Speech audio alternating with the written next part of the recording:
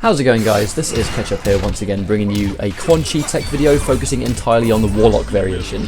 Warlock has got a place in this game. I strongly believe that it is competitively viable. However, it's really not going to be the kind of variation that will be your main variation. You will change to this depending on if the matchup calls for it or not, similar to Buzzsaw Kung Lao or, Kenjutsu Kenchi, for example. These variations that you'll pick if the matchup dictates whether you should pick Warlock or not. He has a really strong counter zoning game, one of the best in the entire game. His meter burn reversal makes it quite hard to rush this guy down with certain characters, and his counter zoning and armoured reversal are the two reasons you would pick this variation. I've got a whole bunch of little pieces of tech that you guys can use, and I'm basically going to go over them one by one, so let's get stuck in.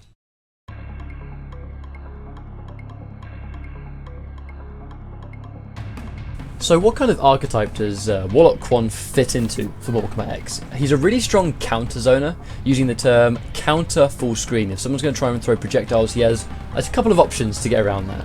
So normally Quan Chi has the rune and he has the skull. He also gets access to a forward 3, which is a single normal that tracks anywhere on screen and is a mid, so it can't be neutral crouched. It won't hit if you're point blank, but obviously at this range you're not going to do it anyway. He also gets the down forward 2, which is a head grab. This says it's a high, but can actually be neutral crouched. It's not high, you can crouch it. So with this in mind, the main purpose of counter zoning is as follows. I'm going to get Jackie Briggs to record. I'm going to record Jackie Briggs doing the machine gun, and then I'm going to try and block as soon as I can. So normally as Quan Chi, your counter zoning option would be doing a rune. She won't get hit by this, but you can at least do the rune, meter burn, and then you've got your own sort of full screen game that she has to take just because you've now got the plus frames on this. This was your only option. However, in Warlock, because of your forward 3 being as fast as it is, you can crouch the machine gun and then instantly whiff punish with a 9% mid every single time. This is the main reason you're going to use this kind of poke, is to punish a full screen or some kind of full screen move. Whiff punish it anywhere on screen for free, a guaranteed 9% into hard knockdowns. So now I can go in and bam, I can now start implementing whatever I want to do here. You're going to use the forward 3 more than the down forward 2 in counter zoning just because it's quicker and is a mid and actually does more damage. The one thing I'll mention, you need to be careful that you don't accidentally get trance by mistake. If you walk back and then try and do forward 3, sometimes the game will just give you a trance. If you just walk back and instantly realise you're on a forward 3, the game might give you a trance by accident. One of the workarounds for this is to do back down forward 3.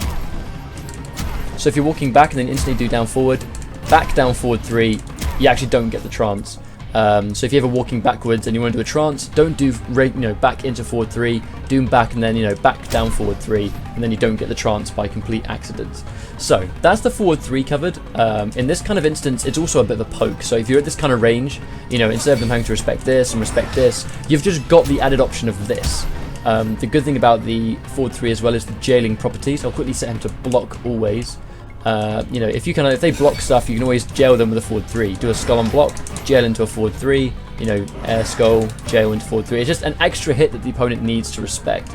So although it doubles up as good counter zoning, the threat of this actually gives them something else they must respect, which means there's a much higher chance they're actually going to be blocking from full screen, giving you a little bit more space to run in and do something else.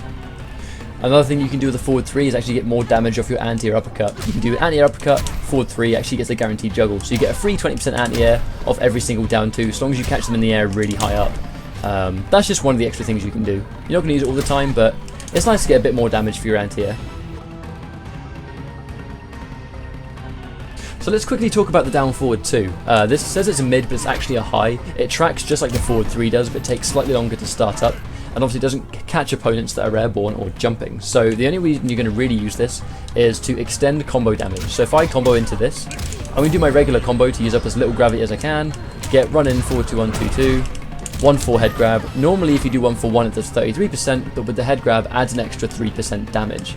Off the 1 4 1, you can actually whiff a head grab as well. So if I knock the opponent down, I get to build a free little chunk of meter and recover safely.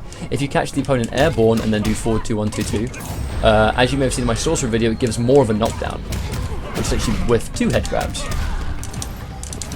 And then bam, I can whiff 2 head grabs.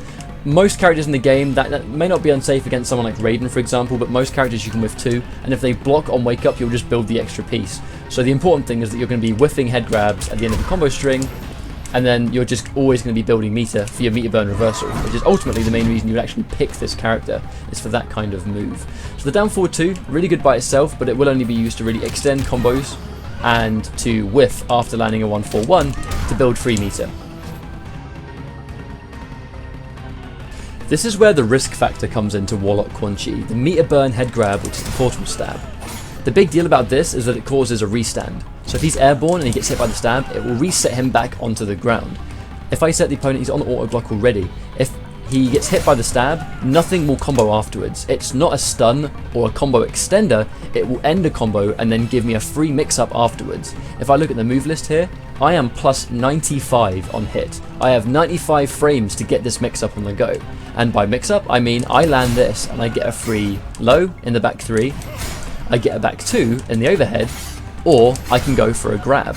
Because this was changed in a patch where he can now grab them out of this animation, which makes it almost a 3-way mix-up. The reason this is a big deal is because you will end the combo in this. The most likely scenario is that you hit the opponent with an attack. So I catch him with a generic combo, 4 trance. I'll combo as I would normally, but instead of doing head grab, I'll do portal stab, and then get a free mix-up afterwards. He guesses wrong on the 50-50, which is guaranteed, and he must take. I get a double combo, and then basically do 70% damage to this guy, all because he guessed wrong on that one mix-up. This sounds amazing, because obviously if you land this, you get a free mix-up in the back 2, you get the grab, etc, etc, etc, and on hit, does a really, really good chunk of damage. This isn't particularly godlike for a couple of reasons. It's a massive risk to go for. By all means, it's worth going for if you want to risk it. However, if I set the opponent to block here automatically, bear in mind that Quan Chi's 50-50s without spending meter are highly unsafe on block, and you're spending the meter to get the guaranteed 50-50. If he blocks this correctly, I've spent 2 bars on 1 mix-up. As Warlock Quan, I kind of need that meter for the meter burn low scoop, which is one of the biggest tools that gets the opponent to respect you. So in this situation, what you're doing is, not that it's a bad thing because it is very, very strong, but you're spending a bar to take a risk if you're going to go for the 50-50. If he blocks this, this is unsafe. This is unsafe. Tempest Lao can armor spin between this, and obviously he can punish all of my overhead options without bar. So it's generally going to be risk versus reward, and you weigh out your options. You weigh out, do I have the meter for this mix-up?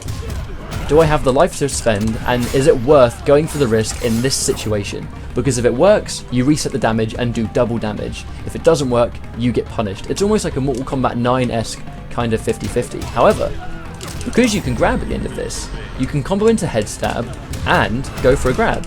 So you can go for the portal stab, which does 35%, into a grab, which is a 50-50 either way, and then get 12%. So it's technically a 47% combo for 1 bar, because the opponent is almost never going to tech that grab. Taking the grab is the lesser of 2 evils in this situation, because the second you try to tech the grab, let's say the opponent's going to try and tech the grab here, and I've turned him off. He's going to tech the grab, bam, get hit by the 50-50, and then I can do whatever damage I want, you know. If you get a good combo, you get big damage. That's an added 28% damage onto the fact I've already done 35%. So, as I mentioned, risk versus reward all over the place, but it's a really good tool when it finally works. Bear in mind, guys, that the portal stab can actually be broken anywhere on the screen. Even though technically it looks like it's a projectile, it is a strike the opponent can break. So if I go back 2 into the stab, he can break it. If I do rune, he can break it. Even if it's this far away, if I'm full screen, he can still break. So although it looks like maybe it can't be broken, bear in mind that it can't set up for any kind of grab reset of unbreakable situations, because the opponent can break this at all times. Let's talk about another move that you get some Warlock, the low scoop. This is actually the main reason you're going to be playing Quan Chi in this variation. It's for the meter burn version though, not the regular one. We're going to talk about the regular one first. There's only a few reasons you're actually going to use the regular scoop.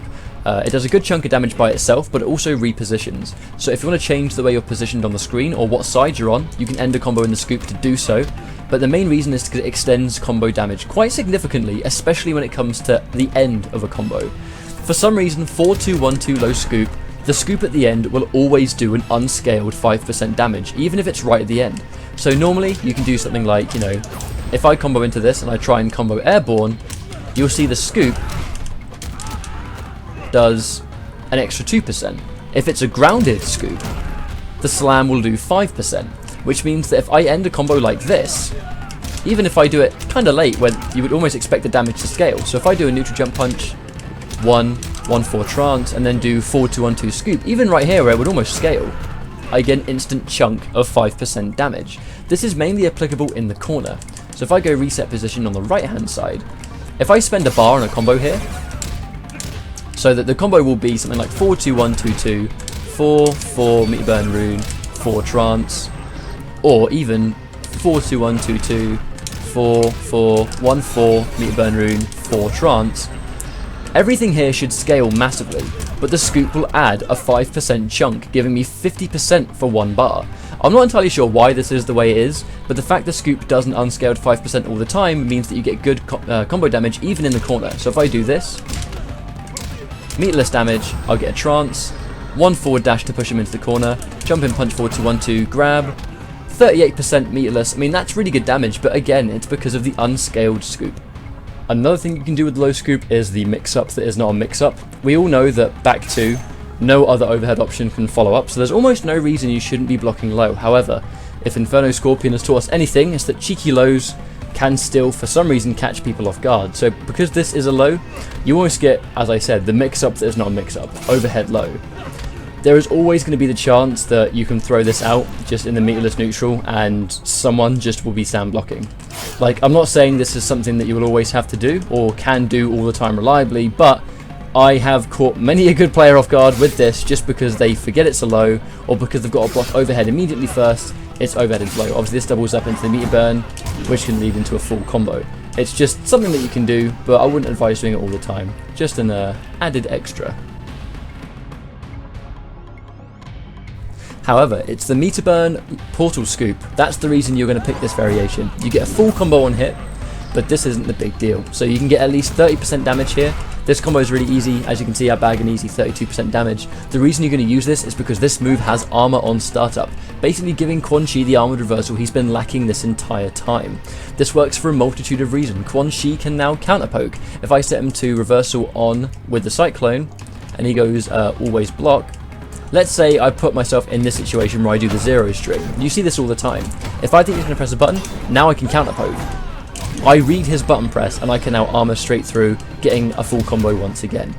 Obviously this is unsafe on block, so it has to be done on a read. However, now if I start enforcing the counter poke in the form of the meter burn grab, and I start reading it, let's say he's now going to respect this all the time, turn reversal off. Let's say he respects this. I know he's going to block, and then here comes my 50-50. I know he's going to block, so here comes my grab. You know, because I have the threat of the counter poke at all times, I now get a little bit more offensive options, and the fact that the opponent knows that he has something that there's something that he just needs to respect on the offense. He can't just lay into Quan Chi all day because this armored reversal is always going to be a threat. So let's look at the other options that Quan Chi gets with the armored reversal. Now he can also interrupt certain combo strings that he couldn't before. So if Kung Lao decides that he wants to go for 4-4, obviously this leads to a big combo. He would combo it into something else. He obviously wouldn't do it in the neutral, he would do it off orbiting hat. But if Kung Lao drops this combo, I can now block and then get my armored reversal for free every single time. If I was any other variation of Quan Chi, this wouldn't be possible. I'd have to, even if he dropped the combo, I would have to take the 4-4, I would be -2, and he would get the guaranteed down 4 afterwards. But simply because I can now reversal, there's a gap there. Warlock Quan Chi can capitalize on this gap, and it works the same way for basically every single interruptible combo string in the game. He gets a little bit more options on the defense. Very importantly, Quan Chi gets a wake up attack. Now you can't just lay into him for free, because he has a special move on wake up that, although is a risk because it's unsafe on block, I now get that defensive option while standing up from the ground. Obviously you have to bear in mind there are some hefty startup frames here. So if he does something that is really rapidly hitting, like 1 or 2 hits that attack really quickly together, there's a chance that, you know, because the scoop has a startup time, as you can see there's some startup time here, if he hits me twice during this state, it will power straight through my wake up attack. So this won't beat everything in the game, but you now have an extra defensive option in the form of an armored wake up attack. And the final thing I'd like to really just touch light on is he actually gets really good combo damage if he gets a reversal scoop in the corner.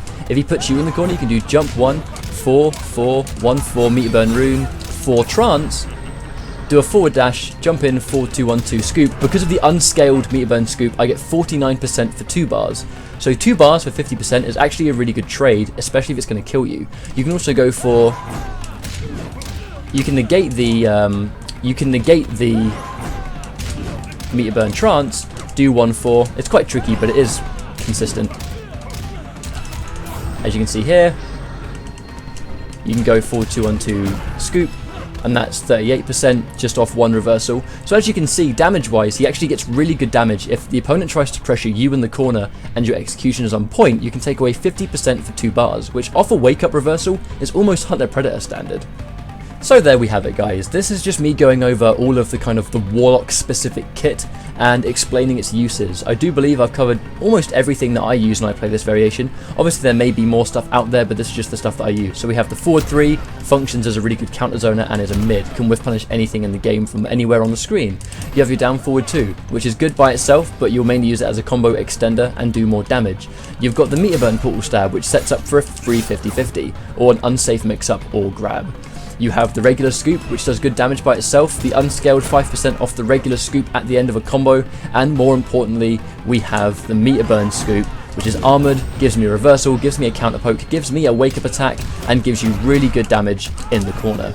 So, this was Warlock Quan Chi. I really think he has a place in the game, as I've said. It's just that these pieces of kit are so matchup dependent, you will use them mainly against characters if you want to counter zone them, or if you force someone to come in and then their pressure is armorable with the scoop. He becomes a real nightmare to deal with against someone like full auto Jackie Briggs, where you force them to come in, and the second they come in, you've always got the threat of this reversal. If they go full screen, you can counter zone them with forward 3 or down forward 2. So, I am Ketchup.